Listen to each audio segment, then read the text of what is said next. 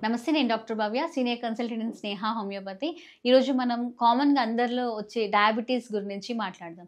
Diabetes, చక్కెర వ్యాధి, diabetes మిలైటస్, sugar ఇవన్నీ మనము ఒకటే డిసీజెస్ వేరే వేరే పేరు పైన పిలుచుకుంటున్నాం అంతే.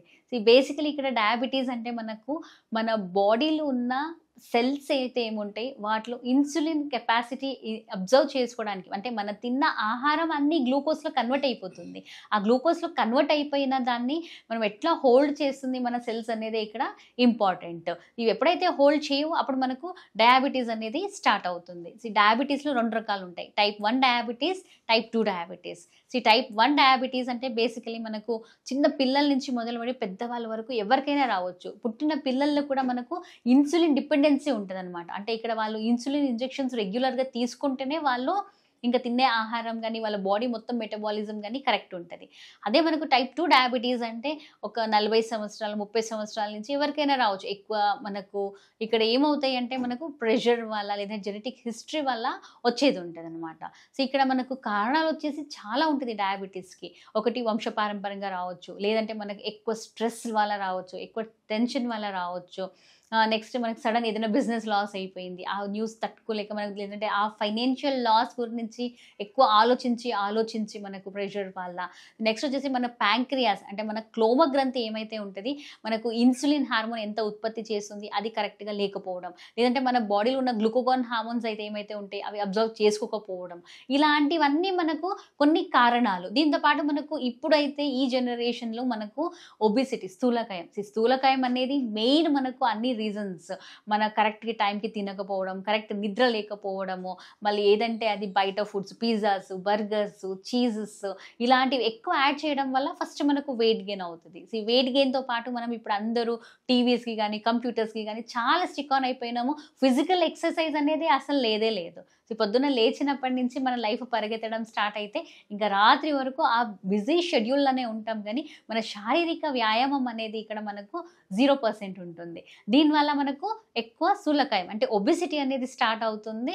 నెక్స్ట్ ఆ ఒబెసిటీ అట్లనే కంటిన్యూ అయింది అంటే దాంతో పాటు మనకు వర్క్‌లో ఉన్న ప్రెషర్ వల్ల డయాబెటీస్ అనేది ఏజ్ గ్రూప్ లేక చిన్న పిల్లల నుంచి పెద్దవాళ్ళ వరకు ఎవ్వరికైనా అటాక్ అయ్యేది స్టార్ట్ అయిపోయింది. దీంట్లో మనకు లక్షణాలు కొన్ని అందరికి మీకు తెలిసినదే. ఫస్ట్ అయితే 3 పీస్ చాలా ఇంపార్టెంట్. పాలీఫేజియా అంటే ఎక్కువ ఆకలి అవ్వడం. అంటే మనం ఇప్పుడు తింటాము. తిన్నాక మనకు కొంచెం సేపటికి మళ్ళీ ఆకలి అనిపిస్తూ ఉంటది. ఇది మనకు ఫస్ట్. ఓకే. నెక్స్ట్ పాలీపేజియా అంటే దాహం అనేది అసలు తీరదు. ఎక్కువ వాటర్ తాగుతూ ఉంటాము. ఓకే. దీనికి కూడా రీజన్ ఉంది. అంత దాహం ఎందుకు అనిపిస్తుంటది అంటే మనకు పాలీయూరియా అంటే యూరిన్ అనేది మనకు ఫ్రీక్వెంట్ యూరినేషన్ ఉంటది. మార్నింగ్ అవర్స్‌లో మనం ఎవరు అంత ఎక్కువ అబ్జర్వ్ చెయ్యము. ఎందుకంటే మనకు మార్నింగ్ రొటీన్ షెడ్యూల్‌లో ఉంటాము. మనం మెలుకుతూ ఉంటాము. మార్నింగ్, ఆఫ్టర్‌నూన్, ఈవినింగ్ తర్వాత నైట్. నైట్ మనం ఒక్కసారి నిద్రకి జారినామంటే minimum 6 hours of deep sleep ఎవరికైనా ఉంటది. ఓకే. ఏదో ఒక్కసారి, 2 సారి లేసి మూత్రం పాస్ చేస్తున్నారంటే దట్ ఈస్ ఫైన్.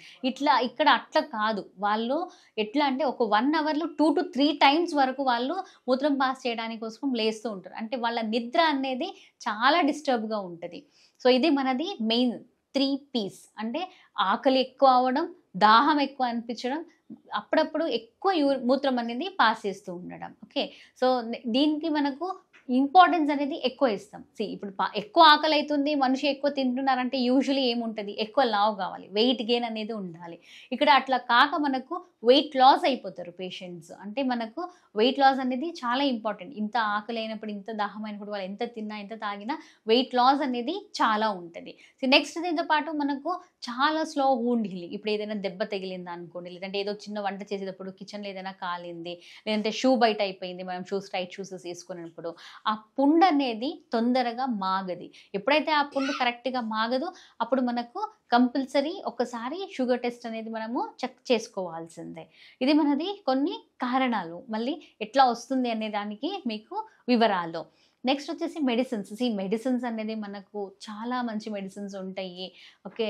ఇన్సులినం 66 యూరమ్ నాట్ ఉంటుంది, కాన్స్టిట్యూషనల్ రెమెడీ అనేది ఇస్తాము మనము మనిషి తత్వాన్ని బట్టి, ఉన్న సిమ్టమ్స్ని బట్టి. ఓకే, సో ఇది మనది కొన్ని మెడిసిన్స్ పార్ట్. సో దీంతో పాటు కొన్ని జాగ్రత్తలు అనేది చాలా ఇంపార్టెంట్. ఇప్పుడు డయాబెటీస్ వచ్చిందంటే కామన్ అయిపోయింది, ఎట్లా కోల్డ్, ఫీవర్, కఫ్ ఉంటుంది, అలా డయాబెటీస్ అనేది మళ్ళీ హైపర్ టెన్షన్, థైరాయిడ్ అనేది ప్రతి ఒక్కరిలో కామన్ డిజార్డర్స్ అయిపోయింది. భయపడాల్సిన అవసరం లేనే లేదు. మీరు మెడిసిన్స్ మనకు 60% ఫంక్షనింగ్ అంటే 40% మన డయట్, మళ్ళీ రెగ్యులర్ ఎక్సర్సైజ్ అనేది చాలా ఇంపార్టెంట్ ఉంటుంది. ఇక్కడ ఆహారం తీసుకోవాలి, కొన్ని క్వాంటిటీలు తీసుకోవాలి. అంటే ఇప్పుడు మనం ఏదైతే ఇప్పుడు ఆకలి అయిందని ఎక్కువ ఒకేసారి తినడం కాదు, దాన్ని బ్రేకప్ చేసుకోవాలి ఫస్ట్. ఓకే, సో ఎప్పుడైతే మనకి డయాబెటీస్ అని ఒక్కసారి తెలిసిందంటే ఆహార పద్ధతిని మనము చిన్న చిన్న క్వాంటిటీలు, చిన్న చిన్న అమౌంట్లో డివైడ్ చేసుకోవాలి. నెక్స్ట్ ప్రోటీన్ ఫుడ్ ఎక్కువ అవసరం ఉంటుంది. అంటే మనకు కార్బోహైడ్రేట్స్ ఎక్కువ తీసుకుంటే బాడీలో గ్లూకోజ్ లెవెల్ ఎక్కువ అయిపోతుంది కాబట్టి దాన్ని కంట్రోల్ చేయాలి మనము. సో ఆహారం ఈరోజు మనం మితంగా తీసుకున్నాం అనుకోండి, ఇప్పుడు మనకు మళ్ళీ క్రానిక్ కాంప్లికేషన్స్ రాకుండా ఉంటుంది. అంటే ఇప్పుడు డయాబెటీస్ వచ్చి ఒక 10-15 సంవత్సరాలు అయిపోయిందంటే మనకు డయాబెటిక్ న్యూరోపతి ఎక్కువ వస్తుంది. అంటే అరికాళ్ళు అయితే ఏముంటాయి, అరికాళ్ళలో చాలా తిమ్మిరి వస్తూ ఉంటుంది, కంటిన్యూస్గా నడవలేరు, కూర్చోలేరు, మంట అనిపిస్తుంటుంది. మీరు ఏం చేయకపోయినా మంట కంటిన్యూస్, తిమ్మిరి కంటిన్యూస్ ఉంటుంది. ఎన్ని మెడిసిన్స్ వాడినా, ఏది వాడినా మీకు రిలీఫ్ అనేది ఉండదు. సో అవన్నీ కాంప్లికేషన్స్కి వెళ్లకుండా ఉండాలంటే మనకి ఇక్కడ కంట్రోలింగ్ అనేది చాలా ఇంపార్టెంట్ ఉంటుంది. Next diabetic retinopathy. Diabetic retinopathy అంటే మనకు గ్లూకోజ్ లెవెల్స్ బాడీలో ఎక్కువ ఎప్పుడైతే అవుతుంది, ఇంట్రాక్యులర్ ప్రెషర్ ఎక్కువ అయిపోతుంది, మళ్ళీ మనకు వెయిన్స్ అన్ని అక్కడ ఓపెన్ అయ్యి మనకు కంట అనేది చూపి వెళ్ళిపోతుంది ఒక్కొక్కసారి. సో అది మనము కరెక్ట్గా మెయింటైన్ చేసుకోవాలి. Next diabetic nephropathy.